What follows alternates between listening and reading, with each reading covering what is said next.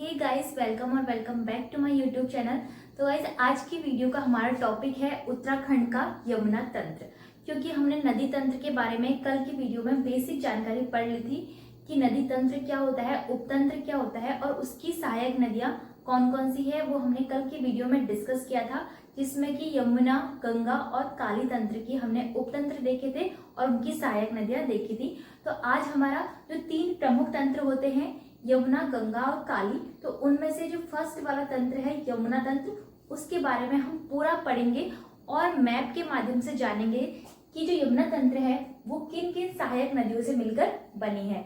तो हम यहाँ पे आज मैप के माध्यम से जानने वाले हैं। तो सबसे पहले मैं आपको बता देती हूँ कि जो यमुना तंत्र है उसकी लंबाई उत्तराखंड में, अगर हम उत्तराखंड की बात करें तो उत्तराखंड में यमुना की लंबाई उत्तराखंड में 136 किलोमीटर है।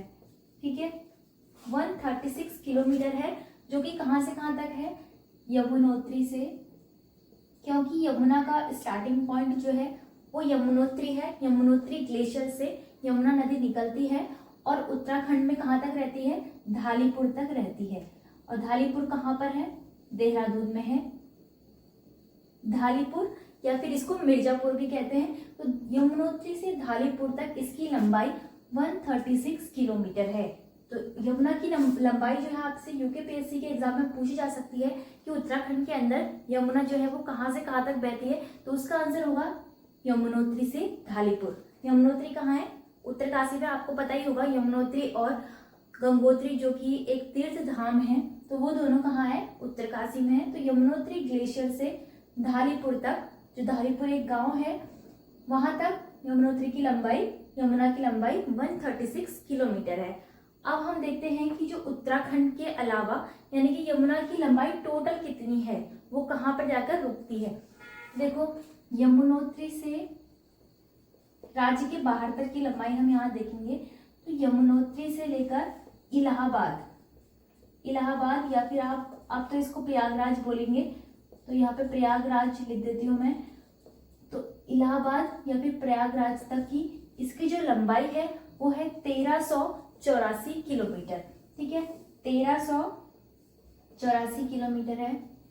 इसको भी आपको याद रखना है कि जो यमुनोत्री है वो जब उत्तराखंड से बाहर निकलती है, धालीपुर से होते हुए वो उत्तराखंड से बाहर निकलती है, तो उसकी वो कहाँ पर पहुंचती है, इलाहाबाद यानी कि प्रयागराज तक पहुंचती है और उसकी लंबाई है 1384 किलोमीटर। ठीक है, इतना आपको समझ में आ गया होगा यमुना की लंबाई कितनी है। ठीक है, अब हम देख लेते हैं मैप के माध्यम से यमुना नदी किन किन सहायक नदियों से मिलकर बनी है, वो कहाँ से उसका उद्गम होता है और कहाँ कहाँ पर जाकर वो मिलती है, किन किन नदियों से मिलती है, वो सारा हम यहाँ पे देख लेते हैं। तो स्टार्ट कर लेते हैं हम अपना मैप बनाना। क्योंकि अगर आप सिर्फ यमुना नदी के बारे में रटना शुरू कर दोगे कि ये यमुनोत्री से निकलती है, फिर ये रूपिन, सुपिन, टोंस इनकी सहायक नदियां हैं, ऐसे याद करोगे तो ये आपको कभी याद नहीं होगा। क्योंकि आपको जब तक आप अपने माइंड में मैप नहीं बना लोगे तब तक आपको ये समझ में नहीं आएगा, रटा हुआ आप एक ना एक दिन भूल जाओगे। तो यहाँ पर स्टार्ट कर लेते हैं। सबसे पहले देखो, यहाँ पे उत्तरकाशी जो कि उत्तराखंड का एक जिला है, वहां एक बंदरपूछ नाम का पर्वत है। ठीक है, बंदरपूछ नाम के पर्वत से ही इसकी दक्षिणी पश्चिमी ढाल पर एक हिमनद है जिसका नाम है यमुनोत्री हिमनद। देखो, ये इसकी एक दक्षिणी जो पश्चिमी ढाल होगी तो वहां पर यमुनोत्री नाम का हिमनद है। हिमनद का मतलब होता है ग्लेशियर, जहां से नदियां निकलती है, क्योंकि वहां बर्फ पिघलती है। तो यमुनोत्री ग्लेशियर है यहाँ पर, यमुनोत्री ग्लेशियर से कांठा नाम के स्थान पर। ठीक है, इसको आपको याद रखना है कि जो उत्तरकाशी है, उत्तरकाशी में है बंदरपूछ पर्वत, जिसके दक्षिण पश्चिमी ढाल पर, यहाँ पर मैं लिख देती हूँ दक्षिण पश्चिमी ढाल। तो दक्षिण पश्चिमी ढाल से यमुनोत्री ग्लेशियर के कांठा नामक ये स्थान है, यमुनोत्री ग्लेशियर में पड़ता है कांठा नामक स्थान। तो यहाँ से निकलती है यमुना नदी। ठीक है, यमुना नदी निकलती है यहाँ से। अब देखो, अब ये आगे बढ़ते जाएगी, ऐसे ही मैं मैप बनाते रहूंगी और ये आगे बढ़ती जाएगी और आपको पता चलता जाएगा कि कौन कौन सी सहायक नदियों से मिलकर बन रही है। ठीक है, तो इसकी कुल लंबाई यहाँ पे 136 किलोमीटर आ जाएगी धालीपुर तक, और इलाहाबाद तक 1384 किलोमीटर। तो अब देखो, अब जो उत्तरकाशी में ही एक और बंदरपूछ पर्वत के उत्तरी ढाल पर, ये देखो ये दक्षिण पश्चिमी है, तो अब आया उत्तरी ढाल। उत्तरी ढाल पर स्वर्गारोहिणी ग्लेशियर, स्वर्गारोहिणी ग्लेशियर यानी कि हिमनद से सुपिन नदी निकलती है। कौन सी नदी निकलती है? सुपिन। ठीक है, नदी को इस तरह से मैं साइन बना दे रही हूं। तो देखो, सबसे पहले उत्तरकाशी के बंदरपूछ पर्वत से दक्षिणी पश्चिमी ढाल पर यमुनोत्री ग्लेशियर है, जो कि कांठा नामक स्थान से यमुना नदी निकल रही है। फिर उसके बाद उत्तरकाशी में ही बंदरपूछ पर्वत की उत्तरी ढाल पर स्वर्गारोहिणी ग्लेशियर है, जहां से सुपिन नदी निकल रही है। ठीक है, सुपिन नदी निकल रही है। अब देखो, सुपिन और रूपिन। अब रूपिन नदी कहाँ पे है? वो है हिमाचल प्रदेश में।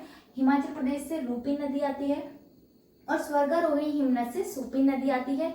दोनों मिलती हैं, रूपिन सुपिन, और फिर आगे चलकर टोंस से मिलती है, यानी कि कुछ दूरी तक जो टोंस है उसको तमसा भी बोलते हैं, तो तमसा पे मिलती है। फिर तमसा और यमुना मिल जाते हैं, और इस तरह से यमुना की यहाँ पे से 3 सहायक नदियां मिल गई, रूपिन सुपिन और टोंस। ठीक है, अब आगे का मैं बाद में बताऊंगी, पहले आप ये देख लीजिए। तो सुपिन नदी यहाँ पे तक आ गई। फिर उसके बाद हिमाचल प्रदेश, तो यहाँ है हिमाचल प्रदेश, क्योंकि उत्तराखंड का पड़ोसी राज्य है हिमाचल प्रदेश, तो यहाँ के डोडा क्वार क्षेत्र के डोडा क्वार क्षेत्र से कौन सी नदी निकलती है? रूपिन नदी निकलती है। ठीक है, तो ये है वो रूपिन नदी, जो कि इस तरफ रूपिन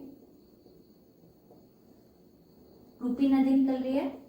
सुपिन, यमुना और रूपिन, तो यहाँ पर मिल गई है रूपिन और सुपिन नदियां, जो कुछ दूरी तक जाती है और टोंस से मिलती है। ठीक है, किससे मिलती है? टोंस। कुछ दूरी तक टोंस को तमसा भी कहते हैं, तो टोंस का दूसरा नाम तमसा भी हो सकता है। तो रूपिन सुपिन मिली और वो टोंस से जाकर मिल गई। ठीक है, अब ये कुछ दूरी तक आगे बढ़ेंगे, जो कि हिमाचल प्रदेश, यहाँ पे देखो हिमाचल प्रदेश और उत्तरकाशी है, तो यहाँ पे हिमाचल प्रदेश और उत्तराखंड का बॉर्डर बन रहा है, जो कि टोंस नदी कितने किलोमीटर तक बनाती है? 148 किलोमीटर तक ये वहां पर बहती है। यानी कि रूपिन सुपिन मिलने के बाद टोंस नदी कहाँ तक बढ़ती है?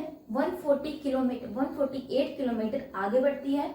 फिर उसके बाद ये आगे बढ़ते हुए यमुना नदी में मिल जाती है। ठीक है, यहाँ से यमुना नदी और टोंस नदी दोनों आपस में मिल चुके हैं। ठीक है, अब यमुना नदी की सहायक नदियां 3 नदियां हो गई, सुपिन, रूपिन और तमसा नदी। अब ये आगे बढ़ते हुए जाते हैं और यहाँ पे जो 2 क्षेत्र हैं, कालसी और डाक पत्थर। ठीक है, कालसी और डाक पत्थर पर यहाँ पर टोंस और यमुना नदी मिल चुके हैं। और टोंस नदी कितने किलोमीटर बह के आई है? 148 किलोमीटर बह के आई है, जो कि हिमाचल प्रदेश और उत्तराखंड का बॉर्डर बनाते हुए आगे बढ़ रही है और कालसी और डाक पत्थर के बीच में यमुना नदी से मिल जाती है। कालसी और डाक पत्थर कहाँ पर है? देहरादून नाम की जगह में है, देहरादून जिले में है कालसी और डाक पत्थर। ठीक है, तो यहाँ पर मिल गए हैं यमुना नदी से टोंस नदी। अब ये आगे बढ़ती है और देहरादून के, यहाँ पे देहरादून और हिमाचल का बॉर्डर बनाते हुए आगे बढ़ रहे हैं, क्योंकि ये देहरादून है और इस तरफ आपका हिमाचल प्रदेश है और इस तरफ देहरादून है, तो बीच में यहाँ पे बॉर्डर उत्तराखंड और हिमाचल प्रदेश का हो गया, या फिर कह सकते हैं कि देहरादून और हिमाचल प्रदेश का ये बॉर्डर हो गया। तो यहाँ पे ये बॉर्डर बनाते हुए आगे चलती है और देहरादून के रामपुर मंडी पर, देहरादून के रायपुर मंडी के बाईं ओर से ये मिलती है। तो बाईं ओर किधर होगा? तो ये रायपुर मंडी है और इस तरह से ये नदी का प्रवाह है। तो जो रायपुर मंडी है उस पर ये मिलती है बाईं तरफ से और आगे बढ़ती है। रायपुर मंडी पर आने के बाद ये आसन नदी से मिलती है। क्या यहाँ पे मिल गई इसको आसन नदी, जो कि रायपुर मंडी की बाईं ओर से आ रही है आसन नदी। अब आसन नदी का जो उद्गम स्थल है वो मैं आपको बता देती हूँ कि आसन नदी का उद्गम स्थल है आशा रोड़ी से देहरा मार्ग। ठीक है, यह है आसन नदी का उद्गम स्थल देहरा मार्ग। आशा रोड़ी देहरा मार्ग के पश्चिम से आती है, ये ईस्ट वेस्ट, तो इस तरफ से ये आशा रोड़ी देहरा मार्ग के पश्चिम से आसन नदी आती है। अब ये भी एक यमुना की सहायक नदी हो गई। ठीक है, अभी तक 4 यहाँ पे सहायक नदी मिल चुकी है, सुपिन, रूपिन, टोंस और आसन नदी यहाँ पे रायपुर मंडी पर मिल चुके हैं। और थोड़ा सा ये आगे बढ़ने के बाद धालीपुर पर जाती है, जो कि कहाँ है, देहरादून में है धालीपुर गांव है देहरादून में। तो ये वहां पर पहुंचते हैं, आसन नदी से मिलने के बाद यमुना धालीपुर में पहुंचती है और धालीपुर के बाद ये राज्य से बाहर यानी कि यूपी प्रयागराज में पहुंच जाती है। ठीक है, तो ये है हमारा यमुना नदी का पूरा एक तरह से मैप के बेस पर ये डायग्राम बना है। और आपको भी इसी तरह से याद करना है, क्योंकि अगर आप रट कर याद करोगे तो आप भूल जाओगे, और अगर इस तरह से मैप के रूप में आप याद करोगे कि कहाँ से कौन सी नदी यमुना में मिल रही है और कितनी उसकी लंबाई है, कहाँ तक वो पहुंच रही है, किस बॉर्डर, कौन सा वो बॉर्डर बना रही है, तो इससे आपको जल्दी याद हो जाएगा।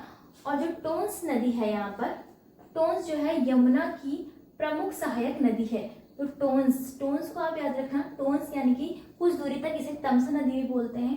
तो टोंस जो है प्रमुख सहायक नदी है यमुना नदी की।